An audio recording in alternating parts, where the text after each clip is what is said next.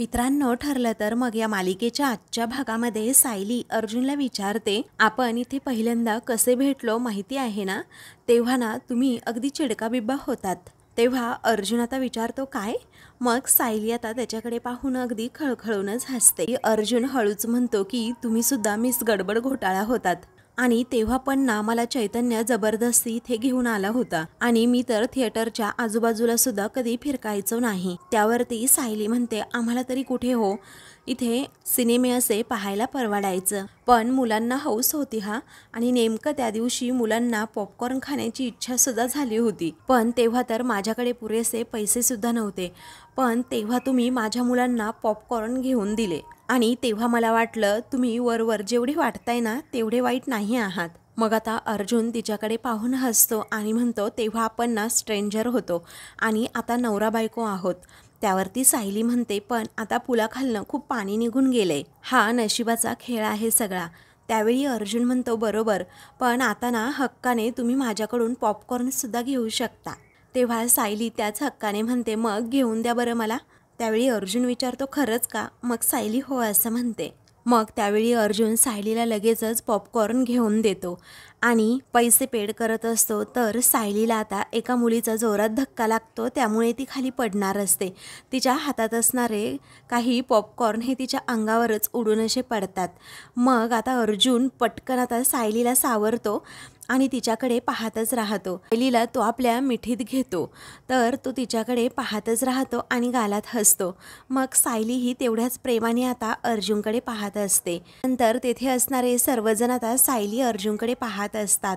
सायलीला ते मागचे क्षण आठवतात की अगोदर सुद्धा जेव्हा सिनेमा पाहायला आम्ही आलो होतो ना, सुद्धा असाच मला एका मुलीचा धक्का लागला होता आणि मी खाली पडणार तेवढ्यातच अर्जुन सरांनी मला असं मिठीत पकडलं होतं आणि मीच गडबड घोटाळा असं रागातच म्हटलं होतं.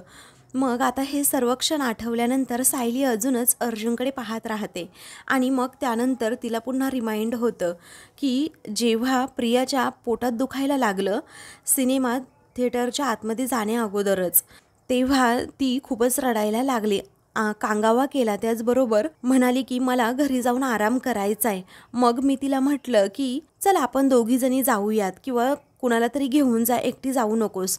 परंतु प्रियाने कुणाला निवडलं तर विलासला, म्हणजे विलासबरोबर ती घरी गेली, बाकी दुसरं कुणाबरोबरच नाही. आणि हे सगळं आठवल्यानंतर सायलीला काही गोष्टी आता तेथे क्लिक होतात. हा आता ती अर्जुनकडे पाहतच असते. मग अर्जुन विचारतो काय? तेव्हा ती आता भानावर येते आणि पटकन स्वतःला सावरते. मग त्यानंतर अर्जुन आता सर्वांना सॉरी असं म्हणतो आणि हे क्लीन करून घ्या असंही सांगतो. तेथे असणारा माणूस हो असं म्हणतो. त्यानंतर अर्जुन आता सायलीला विचारतो, काय अहो मिसेस सायली, तुमचा नवरा तुमच्या एवढ्या जवळ आहे आणि तुम्ही भलत्याच विचारात आहात? त्यावेळी सायली म्हणते, हो आहे मी भलत्या विचारात. तुम्हाला माहीत नसेल, पण आम्ही जेव्हा सिनेमा पाहायला आलो होतो ना, तेव्हा आमची सर्व तिकीट ही प्रियाने बुक केली होती, प्रियानेच काढली होती. तेव्हा अर्जुन विचारतो काय? मग सायली म्हणते, हो अहो, एरवी स्वतःचा फक्त विचार करणारी प्रिया वेळी तर तिने आमची सुद्धा तिकीट काढली होती. आम्हाला जरा वेगळाच संशय सुद्धा आला होता. त्यावेळी अर्जुन खरंच का असं विचारतो आणि तिच्या 7-8 मैत्रिणी या सिनेमा पाहायला जाणार होत्या आणि मग त्यांचा बेत अचानक कॅन्सल झाला आणि ती मग आम्हाला म्हणाली की आपण सर्वजण जाऊ सिनेमा पाहायला. त्यावेळी अर्जुन आता सायलीला म्हणतो, तुम्हाला समजतंय का, प्रिया अगदी स्वभावाच्या ऑपोजिट वागली आहे. मग आता सायली म्हणते, बरोबर आहे, तिने आम्हाला सिनेमाला आणणं हे सुद्धा ठरवूनच केलं आहे. त्यावेळी अर्जुन म्हणतो, 99% बरोबर. आणि सिनेमाच्या निमित्ताने तुम्हा सर्वांना या आश्रमाबाहेर काढण्याचा प्लॅन असणार तिचा, आणि हा प्लॅन तिच्या एकटीचा नसणारच, कारण तुमच्याकडे पॉपकॉर्न घ्यायला सुद्धा पैसे नव्हते. मग 7-8 तिकीट काढायला तिच्याकडे एवढे पैसे आलेच कुठून? तेव्हा अर्जुन विचारतो, आता तिने तिकीट्स काढले असतील का खरंच? सायली विचारते, मग कुणी काढले असतील, साक्षीने का? दुसरीकडे आता प्रिया ही तिच्या माहेरी आलेली असते. प्रतिमा, सुमन तिच्याबरोबर गप्पा मारत बसलेले असतात. मग त्यानंतर सुमन म्हणते, तू बस हां, आम्ही आलोच आता. मग आता त्या दोघीही जेव्हा तिथून जातात ना, प्रिया नागराजला लगेचच म्हणते, बरं झालं हलतच नव्हते इथून दोघीही, म्हणून ती नागराजला सांगू लागते की अहो सायली आणि अर्जुनला डेंजर, माझ्याबद्दल काहीतरी संशय आलाय. सायलीने व्हिडिओ रेकॉर्डिंग चालू ठेवून स्वतःचा मोबाईल माझ्या रूममध्ये तिथे ठेवला होता. हे ऐकताच नागराजला धक्का बसतो. तेव्हा तिच्या हाती काही लागलं का असं आता लगेचच नागराज म्हणतो. तेव्हा प्रिया म्हणते, ते नाही माहीत मला, पण मला ना आता खूप अलर्ट राहावं लागेल, नाहीतर अर्जुनला माझ्याकडूनच साक्षीने खून केला याचे पुरावे मिळतील. तेव्हा आता नागराज म्हणतो, शुभ बोल की जरा, अगं साक्षी नाही पण तू फासावर लटकशील एवढे तर नक्कीच. मग प्रिया घाबरते. तेवढ्यातच रविराजचा आवाज येतो, तन्वी. मग रविराज आता तेथे येतो आणि विचारतो की काय ग, तुला कोण फासावर लटकवायला निघाले, मला सुद्धा कळू दे ना. तेव्हा फासावर असं आता नागराज विचारतो. तोही जरा घाबरलेला असतो. मग आता लगेचच नागराज म्हणतो, अरे दादा सुमनचं चाललंय विषय, कारण ती तुझ्यासाठी पराठे बनवतीये ना. मग मी हिला म्हटलं तन्वीला की जर तू पराठे खाल्ले नाही तर सुमन तुला फासावर लटकवेन म्हणून. तेव्हा रविराज म्हणतो, माझी मुलगी माहेरी आली आहे अरे, मग तिचं थोडं गोड कौतुक होणारच ना. तेव्हा आता प्रिया लगेचच म्हणते, बाबा मला माझ्या घरी तुमची एवढी आठवण येते ना, कसं सांगू तुम्हाला. त्यावेळी आता लगेचच रविराज विचारतो, काय 4 दिवसामध्ये लगेच तुझं घर झालं का ते, असं म्हणून तो तिच्यावर हसतो. मग रविराज जरा इमोशनल होतो आणि म्हणतो, बाळा माझ्यामुळे तुझं माहेर हे दुरावलं होतं, पण सॉरी हां. मग आता त्यावेळी प्रिया म्हणते, बाबा आता ते काहीच आठवू नका, कारण जे झालं ना ते झालं आता. इकडे अर्जुन, सायली अजूनही त्या तिकिटांच्या शोधातच असतात आणि त्याबद्दलच डिस्कस करत असतात. तेव्हा आता आपल्याला जशी चैतन्य भाऊजींनी तिकीटं काढून दिली तसं साक्षीने तेव्हा आम्हाला तिकीटं काढून दिली असतील का, म्हणजे प्रियाला तिकीटं काढून दिली असतील का, असं ती अर्जुनला आता विचारते.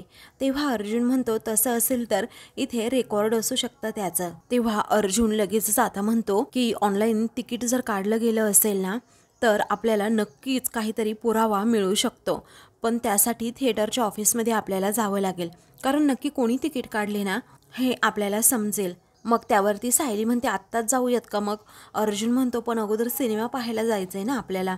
सायली म्हणते, पण आपल्या केससाठी याचा उपयोग होईल ना हो नक्कीच. तेव्हा अर्जुन म्हणतो की मी अगोदर इन्स्पेक्टर साहेबांना फोन करतो. सायली विचारते, त्यांना का बरं. मग आता इन्स्पेक्टर साहेब आपल्यासोबत असेल तर आपल्याला लगेचच सर्व पुरावे मिळू शकतात आणि हे अनऑफिशियली आहे, आणि जर लिगली करायला गेलो तर दामिनीला लगेचच कळेल. इन्स्पेक्टर सावंत जर बरोबर असेल ना तर उपयोगच होईल मग मला, आणि घाबरून थिएटरचा मालकसुद्धा आपल्याला सर्व माहितीसुद्धा देईल. त्यावेळी सायली म्हणते, इन्स्पेक्टर साहेब असतील तर बायकोची काय गरज, मी घरी जाते, पूर्णाजी वेळेत जेवतायत की नाही हे तरी पाहते, मग तुम्ही इथलं काम आटोपून या, चालेल. त्यावरती अर्जुन हसतो आणि मग म्हणतो की तुम्ही ना खरंच कमाल आहात मिसेस सायली, कारण सिनेमा बघता आला नाही म्हणून एखादी बायको चिडली असती, भांडली असती. एक तुम्ही आहात की घरी जाऊन माझी आजी जेवली की नाही हे तुम्हाला पाहायचे. तेव्हा सायली म्हणते, तुमच्या आजीला नाही हो, माझ्या आजीला. तुम्ही बाहेरची आघाडी सांभाळा, मी घरातली सांभाळते, असं आता लगेचच सायली म्हणते. अर्जुन म्हणतो, ठीक आहे, म्हणून तो लगेचच आपल्या कामाला लागतो. दुसरीकडे प्रिया म्हणते, बाबा बसा ना, अहो मी तिकडे ना खूप सुखी आहे, त्यामुळे पुन्हा अजिबातच तुम्ही डोळ्यातून पाणी काढायचं नाही हां. तेव्हा रविराज हसतो आणि म्हणतो, गळ्यात मंगळसूत्र काय आलं तर लगेचच बाईसारखी बोलायला लागलेस, आणि हा हिरवा चुडा घातल्यामुळे आणखी सुंदर दिसायला लागली आहे, अगोदरपेक्षा जास्तच, कारण लग्न झालेली लेक बापाच्या नजरेला आणखीच सुंदर दिसते ना. एवढ्यातच लगेच रविराजला आता फोन येतो, त्यामुळे आता तो म्हणतो की आपण कशाला घाबरत नाही, तुम्ही देऊन टाका आणि लगेच मेलसुद्धा करा, असं म्हणून तो आता फोन ठेवतो. तेव्हा नागराज विचारतो, काय झालं दादा. तेव्हा आता लगेचच रविराज सांगू लागतो की अर्जुन सुभेदारने तन्वीची कॉल हिस्ट्री मिळवण्यासाठी अप्लाय केलं आहे, मग त्यांना म्हटलं की देऊन टाका कॉल हिस्ट्री. त्यावेळी आता लगेचच प्रिया आणि नागराज दोघेही घाबरतात. मग आता लगेचच नागराज विचारतो, काय परमिशन पण दिली दादा. त्यावेळी रविराज म्हणतो, हो कर, नाही त्याला डर कशाला, ज्याच्या मनात चोर असतो ना त्याने घाबरावं, आपल्याला कसली आली आहे भीती.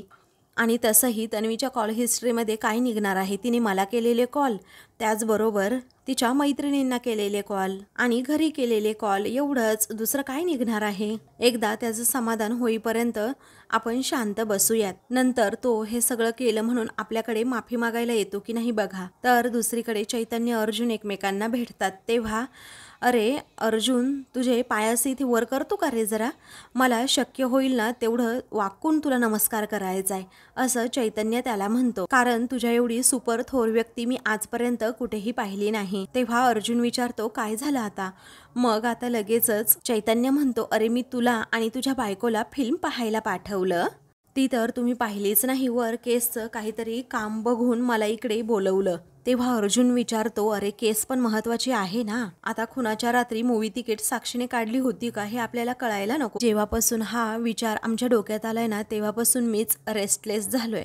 त्यावेळी चैतन्य म्हणतो, हे आपल्याला कळेलच रे अर्जुन. एकदा का इन्स्पेक्टर साहेब इथे आले आणि आपण थिएटरच्या ऑफिसमध्ये गेलो की आपल्याला सर्व समजेल ना रे. पण तोपर्यंत निदान तुझ्या पायांचा फोटो तरी काढू दे मला. एखादी त्याची फ्रेम बनवून घेतो आणि रोज येता जाताना तुझ्या पाया पडतो बाबा. तेव्हा अर्जुन आता खूपच सिरियस झालेला असतो आणि just shut your mouth, okay, असं म्हणून चैतन्याला गप्प करतो. कारण दामिनी या केसवरती आल्यापासून आपण एक सेकंद सुद्धा असा वेस्ट करू शकत नाही चैतन्य. कारण साक्षी आणि तन्वीच्या अगेन्स्ट जितके पुरावे मिळतील ना तितके आपल्याला गोळा करायचे आहेत. तेव्हा चैतन्य म्हणतो, अरे पण अर्जुन. मग अर्जुन त्याला गप्प करत म्हणतो की आता एकदम शांत राहायचं आणि इन्स्पेक्टर सावंतांना कॉल करायचा. तर दुसरीकडे प्रिया आता लगेचच रविराजला विचारते की बाबा त्याने कॉल हिस्ट्री मागितली म्हणून लगेच देऊन टाकायचे का. तेव्हा रविराज म्हणतो की देऊयात ना, काय हरकत आहे, तो ना तुला कुठल्या तरी गुन्ह्यामध्ये अडकवतोय, तो कसा तोंडावर आपटतोय ना ते बघूच आपण. कारण तो जितका चुकत जाईल ना तेवढी तू दिलेली साक्ष ही खरी आहे एवढं आपल्याला समजेल. मग प्रिया आणि नागराज आता खूपच घाबरतात, त्यांना काय करावं सुचत नाही. मग नागराज म्हणतो, तसंही तन्वीच्या कॉल्समध्ये लपवण्यासारखं तरी काय असणार आहे. पण दादा मला कसं वाटतं ना, तो नाचवतोय आणि आपण नाचतोय असंही व्हायला नको ना. आता रविराज किल्लेदारच्या मुलीवर संशय घेतला. रविराज किल्लेदारच्या, अरे दादा हा तुझा अपमान नाही का. त्यावेळी आता रविराज म्हणतो, नाही रे नागराज, ही कोर्टाची प्रोसिजर आहे आणि त्याच्यामध्ये मान अपमान वगैरे काहीही नसतो. तेव्हा प्रिया आता मनातच विचार करू लागते की हा माझा खोटा बाप तुळावर चढवल्याशिवाय गप्पच बसणार नाही की काय आता. तेव्हा प्रतिमा आता लगेचच विचारते, तन्वी त्या कॉल रेकॉर्ड्समध्ये अर्जुनला मिळू नये असं काही नाहीये ना, म्हणजे तू काही चुकीचं केलं नाहीयेस ना. तेव्हा प्रिया लगेचच म्हणते, अजिबात नाही. मग आता प्रतिमा म्हणते, मग झालं तर आपण का उगीच घाबरायचं. तेव्हा आपली तन्वी खोटं बोलणं शक्यच नाही असं सुमन म्हणते. नागराज म्हणतो, हो बरोबर आहे, कारण खोटं बोलण्या अगोदर तिची ना जीबच झडेल. मग आता प्रिया लगेचच म्हणते, खरं बोलून तरी काय उपयोग आहे बाबा, शेवटी संशय तर घेतलाच जाणार आहे ना माझ्यावर, कधी असा कायदेशीर पद्धतीने तर कधी असा बेडरूममध्ये शिरून सुद्धा. तेव्हा रविराज विचारतो, म्हणजे नक्की काय म्हणायचंय तुला.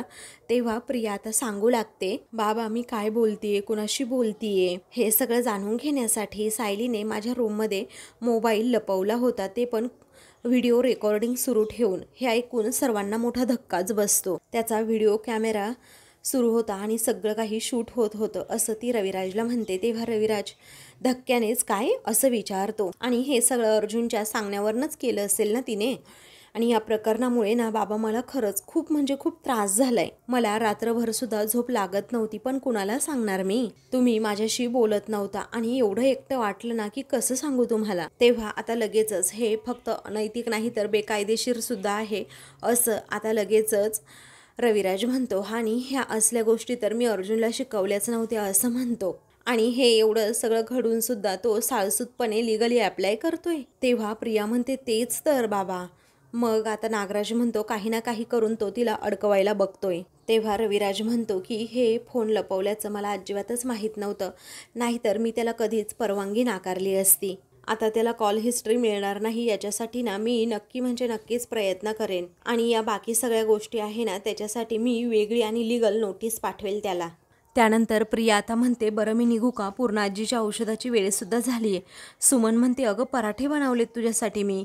तेव्हा ती म्हणते, सुमन काकी तुझ्या हातचे पराठे खाण्यासाठी ना मी नंतर कधीतरी येईल, पण जाऊ दे ना ग आत्ता मला.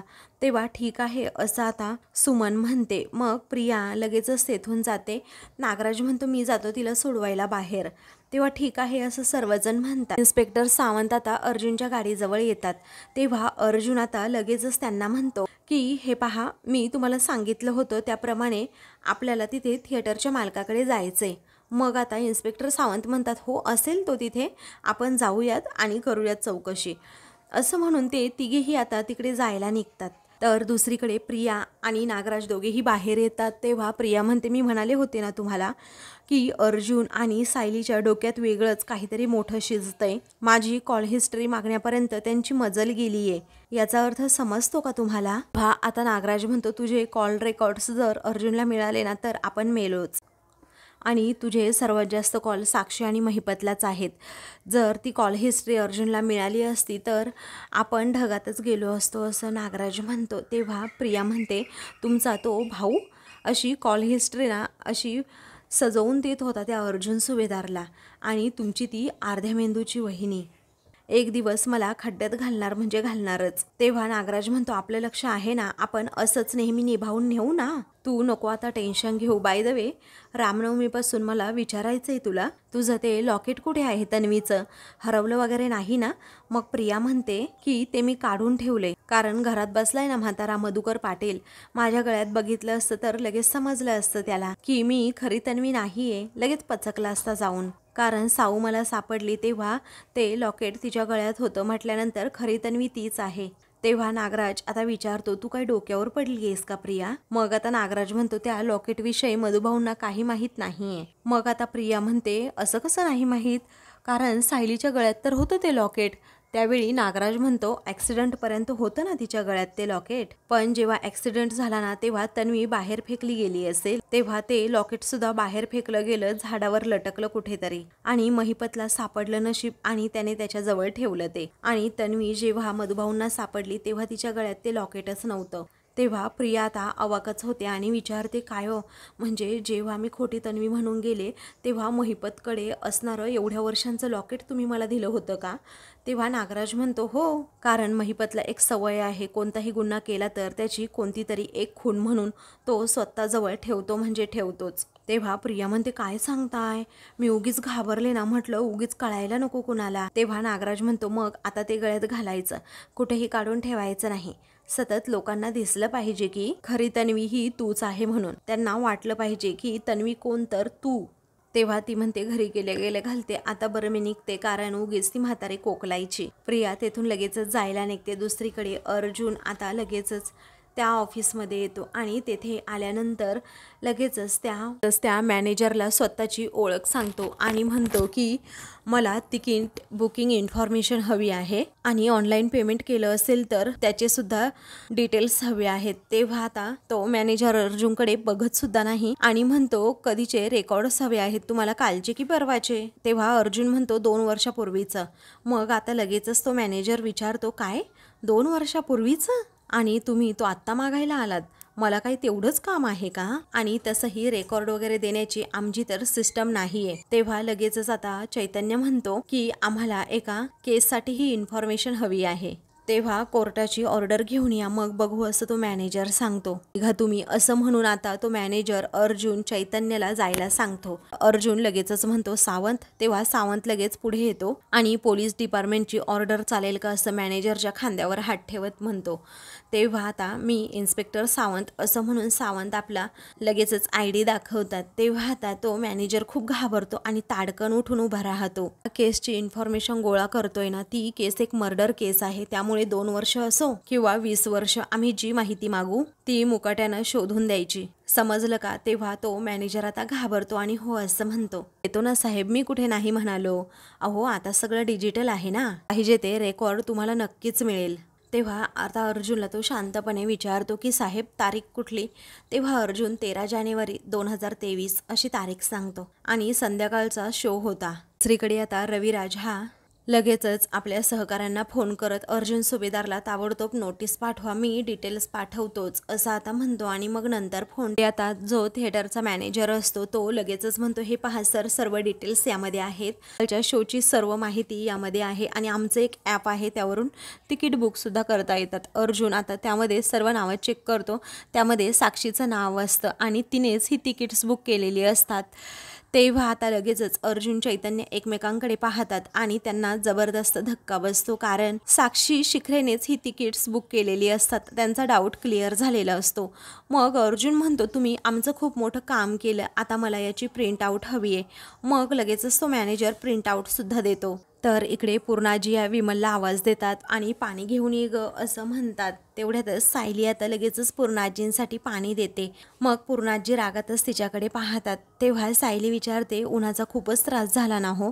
मग पूर्णाजी रागातच थोड्या म्हणतात की आता बाहेर ऊन आहे म्हटल्यानंतर त्रास नाही होणार का उन्हाचा? तेव्हा सायली विचारते, मी तुमच्यासाठी लिंबू सरबत बनवू? तेव्हा रागातच पूर्णाजी म्हणतात, काही नको. सायली म्हणते, बनवतेच असं म्हणून ती लगेचच आता लिंबू सरबतसुद्धा बनवते.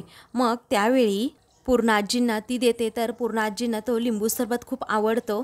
त्यांच्या चेहऱ्यावर स्माईल येतं. मग सायलीलासुद्धा हसू येतं.